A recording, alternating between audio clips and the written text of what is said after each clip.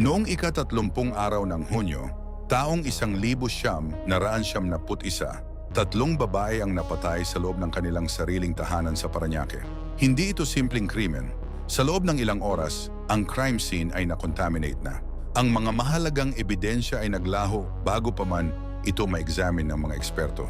Ang saksi na si Jessica Alfaro ay nagsabi na nakita niya ang pagpatay. Pero ang kanyang testimonya ay puno ng mga imposibleng detalye at hindi tugmang oras.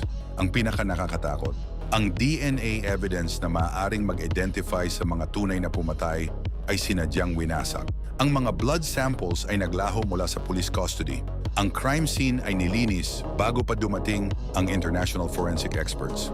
Ang mga phone records na nagpapakita ng mga threatening calls sa pamilya ay nabura.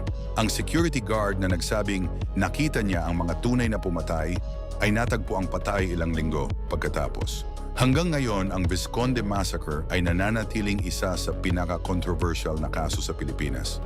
Isang krimen na may mas maraming tanong kaysa sagot.